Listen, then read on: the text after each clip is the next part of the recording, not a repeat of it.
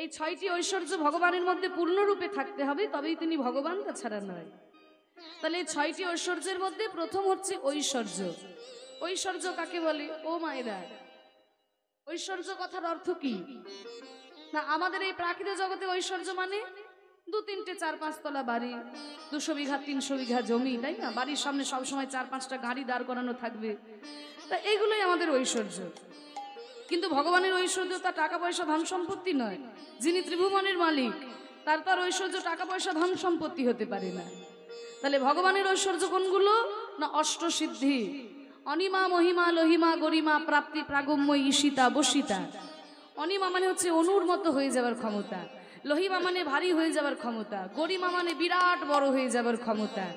এই যে 8 প্রকারের সিদ্ধি, এগুলো ভগবানের মধ্যে থাকতে হবে, তবেই তিনি ভগবান, তাছাড়া নয়। তাহলে ঐশ্বর্য গেল। বীর্য, বীর্য মানে কি? বীর্য মানে বীরত্ব, বীরত্ব মানে বীর। তাহলে আমাদের এই প্রাকৃতিক জগতে বীর কাকে বলে? বাবা দেখবেন আমাদের এই প্রাকৃতিক জগতে যারা একেবারে মারামারি করে মুখ, তারা হচ্ছে বীর। কিন্তু শুধু মারামারি করে মুখ ফাটাতে পারলেই বীর হওয়া যায় না। এই জগতে বীর সাধারণত 4 প্রকারের, যথা মল্লবীর, দানবীর, ধর্মবীর আর কর্মবীর। যারা ওই মারামারি করে মুখ ফাটিয়ে দিতে পারে তারা হচ্ছে মল্লবীর। ধর্মবীর, কর্মবীর আর দানবীর।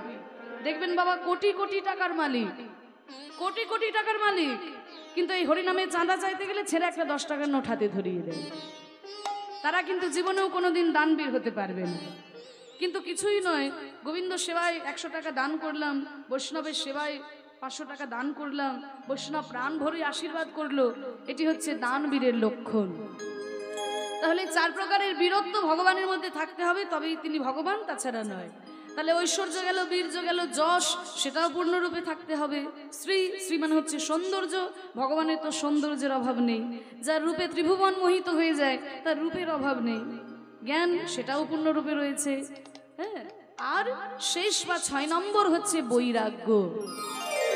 এই বৈরাগ্যটা তিনি বৃন্দাবনে পূর্ণরূপে আস্বাদন করতে পারেননি বলেও কিন্তু তার এই চৈতন্য অবতার। মহাপ্রভু মনে মনে মানে আমাদের ভগবান শ্রীকৃষ্ণ মনে মনে চিন্তা করলেন আমাদের সবকিছুই আছে, কিন্তু যেটা নেই সেটা হচ্ছে প্রেম বা ভক্তি। তাহলে ভক্তিটা কেমন করে পাবো? এবার দেখুন, ভগবানের যে ইচ্ছে হলো ভক্ত হবার, যার তার কাছে তার জিজ্ঞাসা করলে হবে না, শাস্ত্রের কাছে জিজ্ঞাসা করতে হবে। আজকে সকল শাস্ত্রকে ডেকেছে, গীতা এসেছে, উপনিষদ, রামায়ণ, মহাভারত, ভাগবত, সবাই মূর্তি ধরে ধরে এসেছে, মূর্তিমান হয়ে এসেছে। তাদের কাছে ভগবান বললেন, ও হে শাস্ত্রগণ, তোমরা কি কেউ বলতে পারো আমি ভক্তিটা কেমন করে পাবো? এবার দেখুন, সকল শাস্ত্র নীরব। ওরে বাবা, যিনি ভগবান সর্বজ্ঞ তাকে আবার কি উত্তর দেব? তাই না? যাকে নিয়ে আমাদের এত বিচরণ তাকে আবার কি উত্তর দেব? সকল শাস্ত্র নীরব, কিন্তু একজন হাত তুলেছেন। যিনি হাত তুলেছেন তাকে আমরা সবাই চিনি, তিনি হলেন সকল শাস্ত্র শিরোমণি শ্রীমদ্ ভাগবত। 18 পুরাণের মধ্যে শ্রেষ্ঠ পুরাণ শ্রীমদ্ ভাগবত হাত তুলে বলছে, ঠাকুর আমি বলতে পারি তুমি ভক্তিটা কেমন করে পাবে। তাহলে বলো ভাগবত, কি করে ভক্তি পাবো? তা বলছে, শোনো, আমি তোমাকে বিধান দিতে পারি, কিন্তু আগে তুমি আমাকে অভয় দাও, তারপরে আমি তোমাকে বিধান দেব। কারণ আমি তোমাকে কিছু একটা বিধান দিলাম, তোমার ভালো লাগলে না, তুমি যদি আমাকে অভিশাপ দিয়ে দাও তখন মুশকিল আছে। আগে তুমি আমাকে অভয় দাও, তারপরে বিধান দেবো। ঠিক আছে ভাগবত, তোমায় অভয় দিলাম, এবার বিধান দাও। বলে, বিধান তো কখনো 2 প্রকারের হয় না, বিধান তো সবসময় একরকমেরই হয়। তাহলে ভক্তদের জন্য তুমি তো বিধান দিয়েই রেখেছো, ভক্তদের জন্য তুমি বিধানটা দিয়েছো, তাহলে তোমার ক্ষেত্রে সেই বিধানটা কেন আলাদা হবে?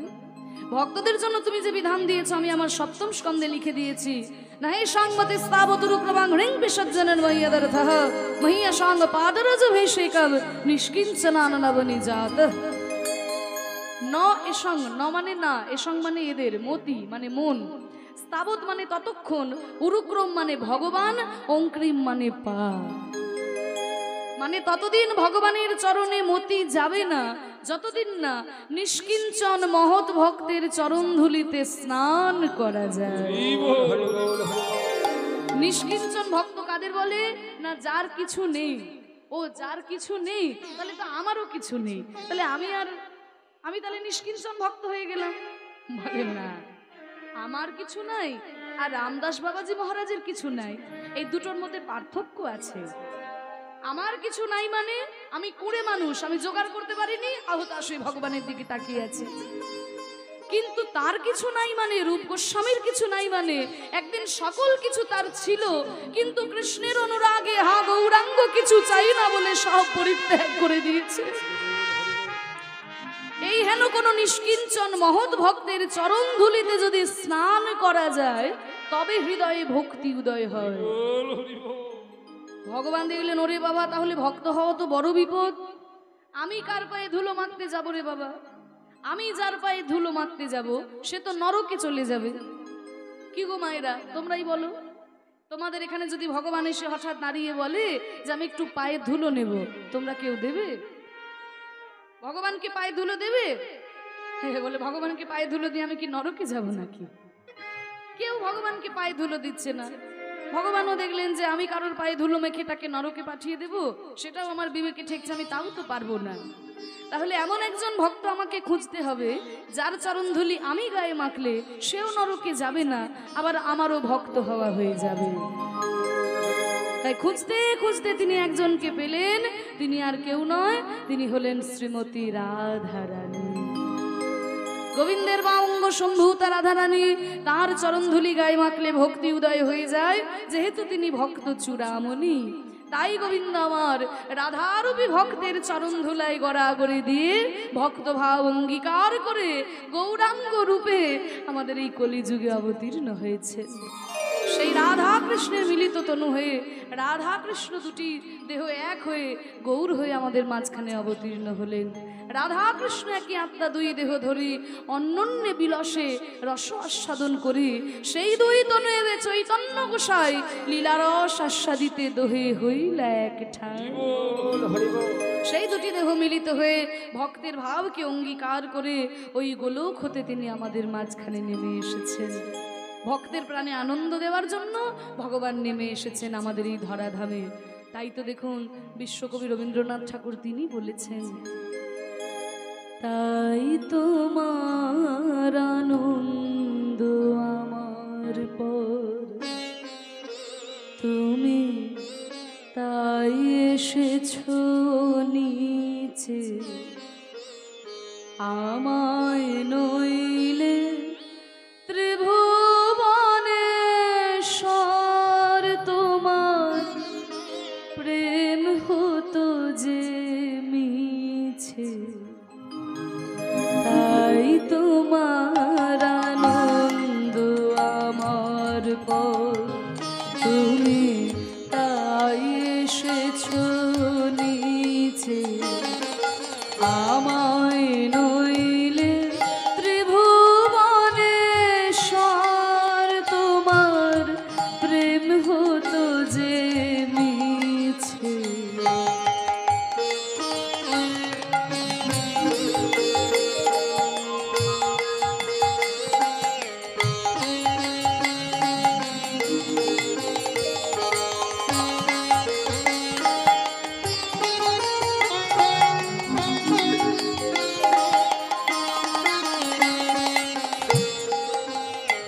তাই তোমার আনন্দ আমার পর, তুমি তাই এসেছো নিচে, আমায় নইলে ত্রিভুবনেশ্বর তোমার প্রেম হতো যে মিছে।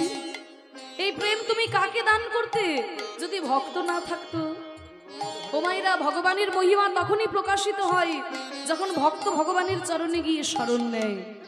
ভক্ত যদি ভগবানের চরণে শরণ না নিত তাহলে কি ভগবানের মহিমা প্রকাশ পেত? তাই বলছে আমায় নইলে ত্রিভুবনেশ্বর তোমার প্রেম হতো যে মিছে। এই গোলকের প্রেম ধন তুমি কাকে দান করতে যদি ভক্ত না থাকতো? তাই বিশ্বকবি বলছেন, আমায় নিয়ে মেলেছো এই মেলা, আমার হিয়ায় চলছে রসের খেলা, আমায় নিয়ে মেলেছো এই মেলা, আমার হিয়ায় চলছে রসের খেলা, মোর জীবনে বিচিত্র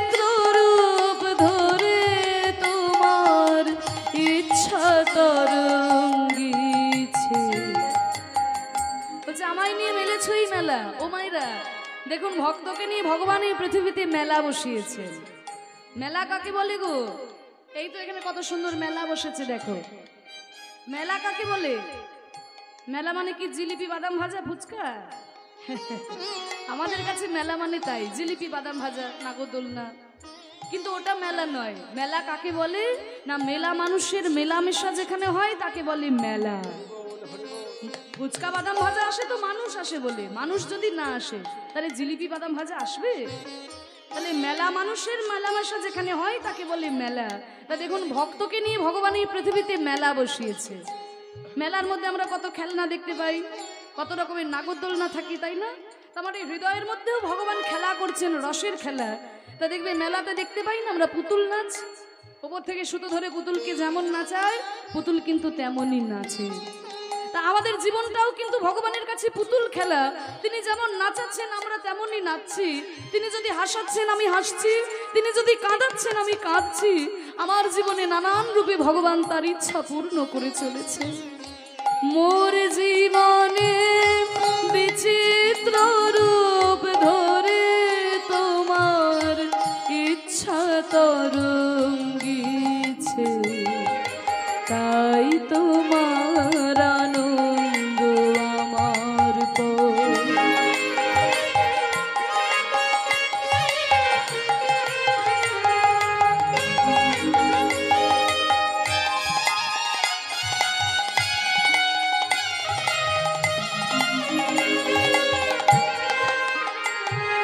তাই তো তুমি রাজার রাজা হয়ে তবু আমার হৃদয় লাগি ফিরছ কত মনোহরণ বেশে প্রভু, নিত্য আছো জাগি। তাই তো তুমি রাজার রাজা হয়ে তবু আমার হৃদয় লাগি। ভগবান হচ্ছেন রাজার রাজা, কিন্তু ভক্তের প্রাণে আনন্দ দেওয়ার জন্য ভগবান কত রূপে পৃথিবীতে এসেছেন। কি গো মায়েরা, কখনো রাজা হয়ে এসেছেন, কখনো ভিখারি হয়ে এসেছেন। দশাবতারের মধ্যেই তো কত অবতার রয়েছে। কেশবধৃত মীন শরীর মৎস্যরূপে এসেছেন, কেশবধৃত কুর্ম শরীর কুর্মরূপে এসেছেন। তারপরে মৎস্য কুর্ম তো ছেড়েই দিলাম, তারপরে বরাহ, সেটাও কিন্তু ভগবানেরই রূপ। অনেকে তর্ক করে কি ভগবানের রূপ হতে পারে? মৎস্য কুর্ম কেউ দেখে বলবে ভগবান, তারপর ছেড়ে দিলাম বরাহ, ভগবানের অবতার হতে পারে? বলে কেন হতে পারে না? তিনি যখন রামচন্দ্রের মতো রাজা হয়ে আসছেন তখন তিনি ভগবান, তিনি যখন কৃষ্ণচন্দ্রের মতো সুন্দর রূপে আসছেন তখন তিনি ভগবান, আর যখন বরাহ কুর্মের মতো কুৎসিত রূপে আসছেন তখন তার মান সম্মান কমে যাচ্ছে। আমাদের কাছে হয়তো মনে হতে পারে তার মান সম্মান কমে যাচ্ছে, তার কিন্তু মান সম্মান কমে যায় না। একটু ছোট্ট উদাহরণ দিয়ে আপনাদের কাছে ব্যাপারটা পরিষ্কার হবে। মনে করুন একজন দাদু 200 বিঘা সম্পত্তির মালিক, কোটি কোটি টাকা তার ব্যাংকে জমানো আছে, দু একটা ফ্যাক্টরিও আছে ছোটখাটো। তাই এবার কোটি কোটি টাকার সম্পত্তির মালিক দাদু, তার ওই ছোট্ট নাতি যদি দাদুকে বলে, ও দাদু, ও দাদু, তুমি একটু ঘোড়া হও না, আমি তোমার কাঁধের উপরে উঠবো। এই বলে সেই দাদু কি তার নাতিকে বলবে, এই বেটা, তোর সাহস তো মন্দ নয়, তুই জানিস আমার 200 বিঘা জমি আছে, আমার কত কোটি টাকা ব্যাংকে আছে, 2-3টে ফ্যাক্টরির মালিক আমি, আর তোর জন্য ঘোড়া হয়ে তোকে কাঁধে নেবো, তোর সাহস তো মন্দ নয়। এইরকম কি কোনো বাবা, এই কোনো দাদু তার নাতিকে বলবে? কোনো দাদু তার নাতিকে বলবে এরকম? যদি কোনো দাদু বলে তবে সে দাদু বেরসিক দাদু, তার মধ্যে কোনো রসকস নাই। তাহলে দাদু কি বলবে যে দাদু ভাই আমাকে ঘোড়া করে তুমি আমার কাঁধের উপরে উঠবে? তাই দেখো দাদু ভাই, তোমার মন রাখার জন্য আমি কিন্তু এই ঘোড়া হলাম, এই নাও তুমি আমার কাঁধের উপরে ওঠো। কিন্তু দেখো দাদু ভাই, আমি তো বুড়ো ঘোড়া, তুমি কিন্তু আমাকে শক্ত করে ধরে থাকবে, তুমি যেন পড়ে যেও না দাদু ভাই। তাহলে ওই ছোট্ট নাতির মন রাখার জন্য 200 বিঘা সম্পত্তির মালিক দাদু যদি ঘোড়া হয়ে তার নাতিকে কাঁধে করে নিয়ে যায়, তবে কি তার মান সম্মান কমে যাবে? কখনোই কমে যাবে না। তাহলে ভক্তের প্রাণে আনন্দ দেওয়ার জন্য ভগবান যেমন রাজা হয়ে এসেছেন, কখনো ভিখারি হয়ে এসেছেন, যেই রূপেই তিনি আসুন না কেন তিনি কিন্তু আমার ভগবান।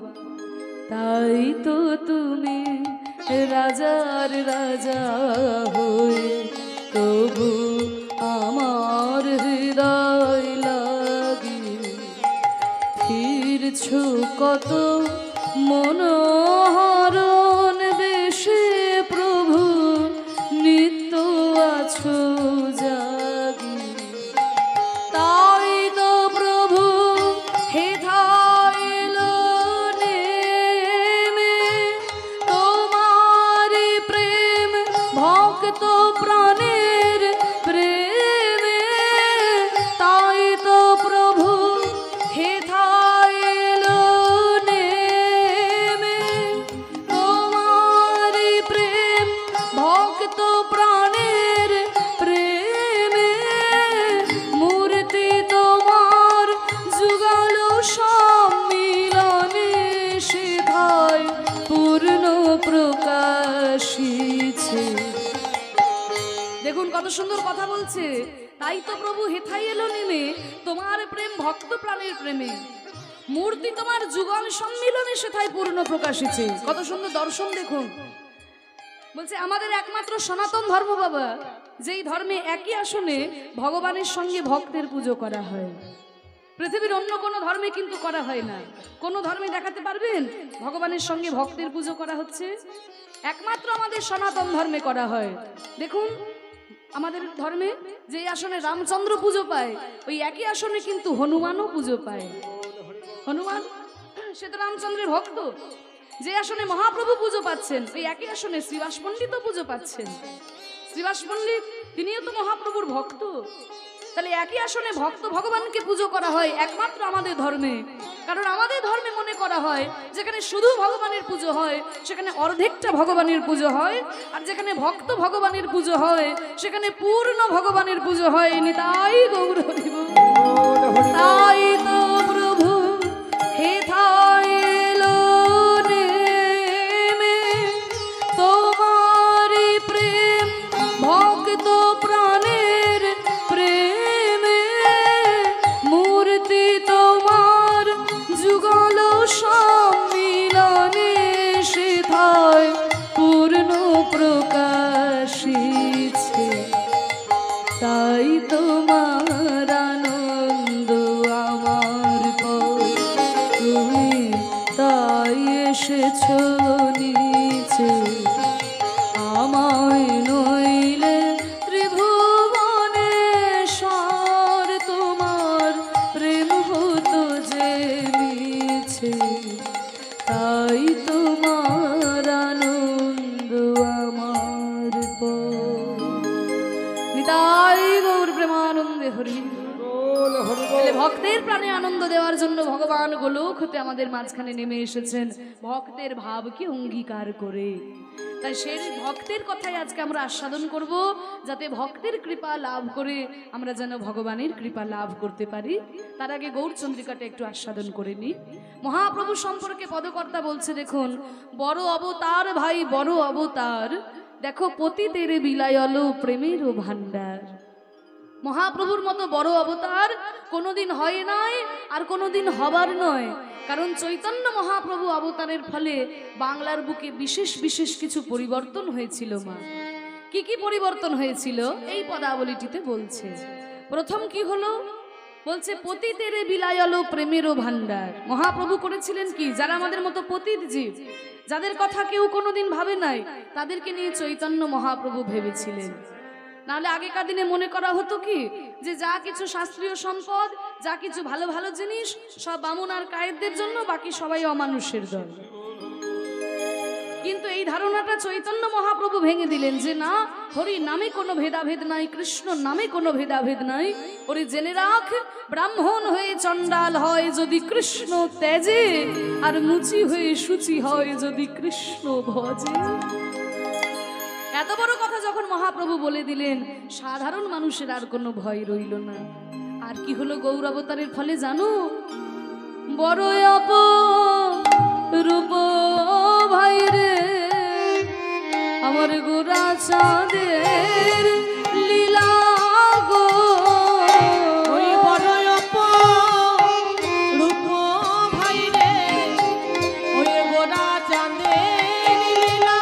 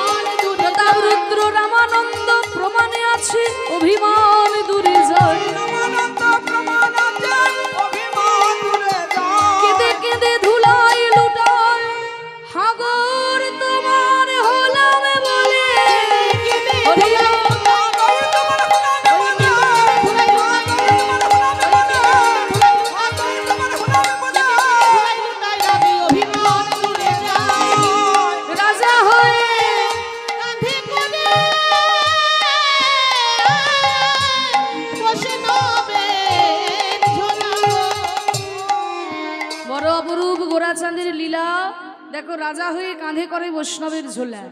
দেখুন রাজা কিন্তু সবসময় অহংকারে থাকে, তাই না? আমি রাজা, সবাই আমার প্রজা। কিন্তু গৌর অবতারের ফলে দেখুন রাজা পর্যন্ত অহংকার পরিত্যাগ করে হা গৌর কিছু চাই না বলে তার চরণের শরণ নিয়েছিলেন। রাজা প্রতাপরুদ্র মহাপ্রভুর কৃপা পাওয়ার জন্য শ্রীমদ্ ভাগবতের শ্লোক মুখস্থ করে মহাপ্রভুকে শুনিয়েছিলেন। রামানন্দ সুন্দরী অপ্সরা সমস্ত্রীকে পরিত্যাগ করে, জমিদারিকে পরিত্যাগ করে হা গৌর কিছু চাই না বলে তার চরণের শরণ নিয়েছিলেন। এই অহংকারের মঞ্চ থেকে নেমে আসা চৈতন্য মহাপ্রভু আমাদের শিখিয়েছেন। মহাপ্রভু বললেন অহংকার করো না, আমি বড়, আমার মতো বড় আর কেউ হয় না। জানো আমার এখানে এক কথায় নেতা মন্ত্রী সব দাঁড়িয়ে যাবে, আমি কেন কারোর কথা শুনবো, আমার কথাই উঠবে বসবে। এই অহংকার করো না, একটু মাথাটা নত করতে শেখো। ত্রিনাদপি শুনেছি না, অন্তত মাথা নত করার জায়গায় মাথাটা নত করো। ত্রিনাদপি শুনেছি না, তৃণ মানে হচ্ছে ঘাস, ঘাসের থেকেও ছোট হওয়ার চেষ্টা করো। ঘাস, মায়েরা বলবে ও মা ঘাস তো এমনিতেই ছোট হয়, আমি কি করে তার থেকে ছোট হব? বলে না, আকারে ছোট হওয়ার কথা বলছে না, বলে বিনয়ী হও। হ্যাঁ, বিনয়ী হও। আর তারই সহিষ্ণু না, গাছের মতো সহ্য শক্তি করো। গাছের দিকে তাকিয়ে দেখো, প্রচন্ড ঝড়ে গাছের ডাল ভেঙে পড়ে যাচ্ছে, তবু বলে এত কেন ঝড়? নাকি রোদ্রের মধ্যে পাতা শুকিয়ে যাচ্ছে, তবু বলে এত কেন রোদ? নাকি ঠান্ডার মধ্যে বলে এত কেন ঠান্ডা?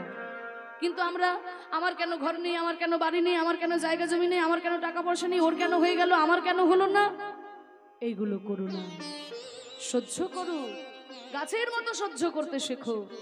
অমানি না মান দে না, সবসময় শুধু নিজের মান সম্মানের কথা ভেবো না, অপরের মান সম্মানের কথাও চিন্তা করো। আর কীর্তনীয় সদা হরি, সদা সর্বদা হরি নাম করো, কীর্তনে ডুবে থাকো। এটা আমার কথা নয়, মহাপ্রভুর বলে যাওয়া মুখের কথা, চৈতন্য চরিতামৃতে বর্ণনা রয়েছে। এই চারটি কাজ যদি করতে পারো, জানবে জীবনে তোমার মতো সুখী আর কেউ নাই। মাত্র চারটি কাজ। কি কি বলছে? ত্রিনাদপি শুনিছিল, একটু মাথা নত করার চেষ্টা করো। সবসময় অহংকার আমি আমি আমি করো না, একটু মাথাটা নত করো। আর তারই বা সহিষ্ণু না, গাছের মতো সহ্য শক্তি করো। অমানি না মান দে না, যাদেরকে কেউ মান দেয় না, সম্মান করে না, তাদেরকে সম্মান করো। আর সদা সর্বদা হরি নামের মধ্যে ডুবে থাকো। এই অহংকারের মঞ্চ থেকে নেমে আসা গৌরাঙ্গ মহাপ্রভু আমাদের শিখিয়েছেন। আর কি হলো জানো মা? গৌর অবতারের ফলে, ও পিছন দিকের মায়েরা গল্প করো না, আমার দিকে তাকাও। হ্যাঁ, এটা তোমাদের জন্য বলছি, শুনে রাখো। গৌরাঙ্গ করুণার কথা এক মুখে কহিবারে নারী গো, গৌরাঙ্গ করুণার কথা এক মুখে কহিবারে নারী গো। দেখো সংকীর্তন মাঝে নাচে কুলেরও বহারি গো, ওই সংকীর্তন মাঝে নাচে কুলেরও বহারি গো। তাদের দেহ স্মৃতি নয়, দেহ স্মৃতি নয়, দেহ স্মৃতি নাই। সংকীর্তনে বাহু তুলে নাচে দেহ স্মৃতি নয়, সংকীর্তনে বাহু তুলে নাচে দেহ স্মৃতি নাই। সংকীর্তনে বাহু তুলে নাচে হাগর তোমার হলাম বলে, সংকীর্তনে বাহু তুলে নাচে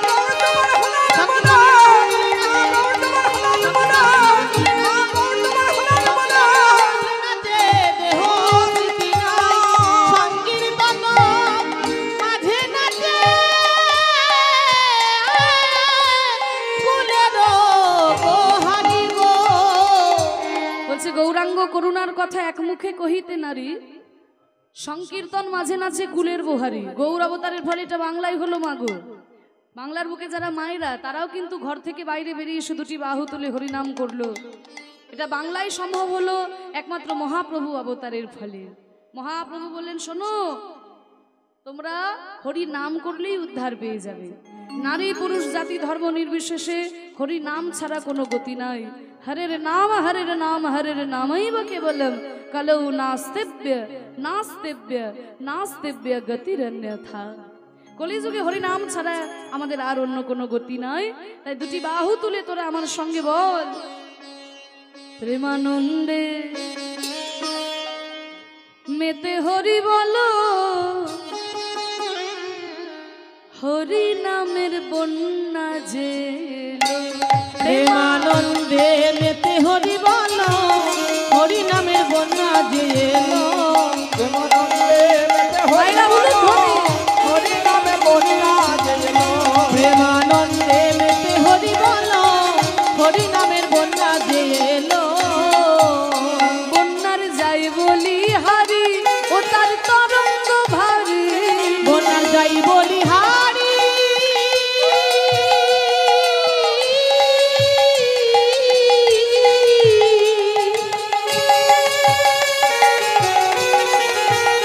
ও তার তরঙ্গ ভারী।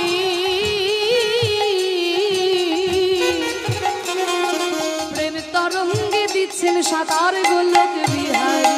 বন্যার যাই বলি হারি, তরঙ্গ ভারী। তরঙ্গ দিচ্ছে সাঁতার গোলক বিহারে। ও তার সঙ্গে প্রভু হরি বল বলে রে, সঙ্গে প্রভু হরি বল বলে রে, সঙ্গে প্রভু।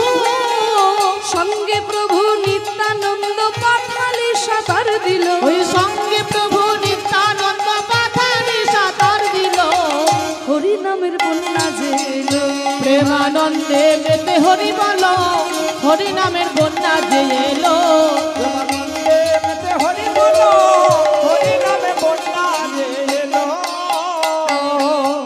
ও মাইরা, হরি নামের বন্যা মহাপ্রভু নিয়ে এলেন আমাদের এই বাংলার মাঝখানে। এই বন্যাটা কেমন বন্যা, কেমন বন্যা জানো? এমন বন্যা দেখি নাই মানুষ শুকনাতে তলা।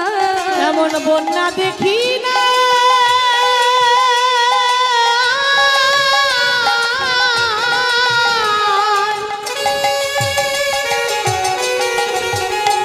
মানুষ শুকনাতে তলায়। ওই ডুবলো না।